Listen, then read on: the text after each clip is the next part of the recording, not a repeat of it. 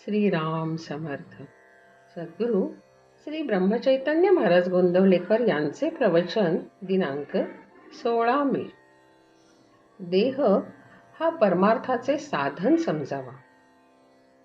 संतांचे काम तुम्हाला देहबुद्धीपासून सोडविणे हे आहे.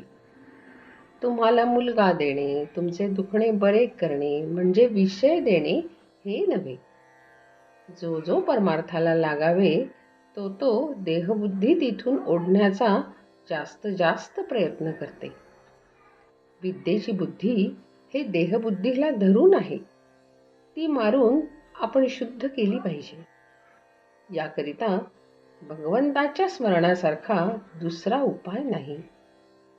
कुत्रा हा आपल्याला रात्रीच्या पहाऱ्याकरता उपयोगी पडतो, पण तो कितीही चांगला आणि उपयोगी असला तरी त्याला आपण पानात जेवायला घेऊन बसत नाही. त्याप्रमाणे देहाचेही आहे.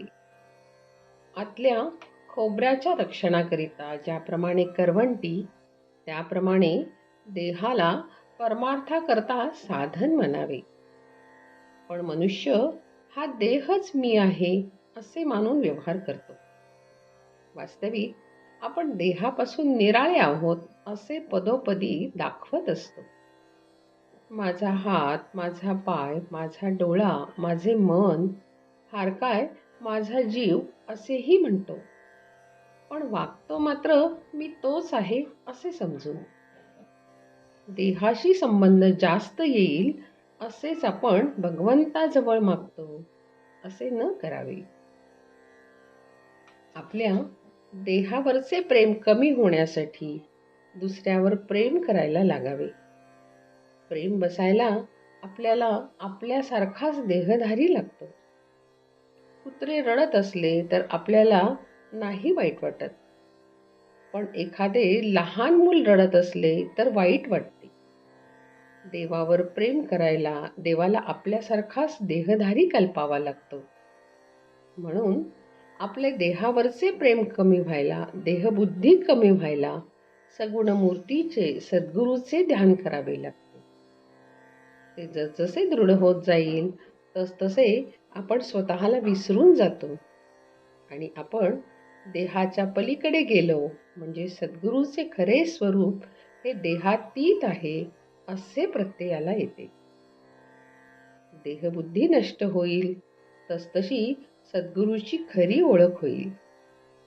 ज्याने देहाभिमान नष्ट केला त्याचा मोठा ज्ञानी सुद्धा हेवा करतो. मी देह म्हणावे या पलीकडे दुसरे अज्ञान कोणतेही नाही. मी भगवंताचा असून देहाचा म्हणणे यासारखे दुसरे खोटे नाही. प्रपंचात संकटे येतात तरी पण तो सोडावासा वाटत नाही. याहून भगवंताची माया ती कोणती. अतिसहवासामुळे देहाचे ममत्व सुटत नाही. परमात्म्याचा सहवास, उदाहरणार्थ देवाला जाण्याचा व जप करण्याचा नेम केला म्हणजे देहाचे ममत्व थोडे कमी होते. देहाच्या सहवासाने आपण देहाचे होतो, नामाच्या सहवासाने आपण परमात्म्याचे होऊ. भगवंताच्या स्मरणामध्ये देहबुद्धीचे मरण आहे. जानकी जीवन स्मरण जय जय राम.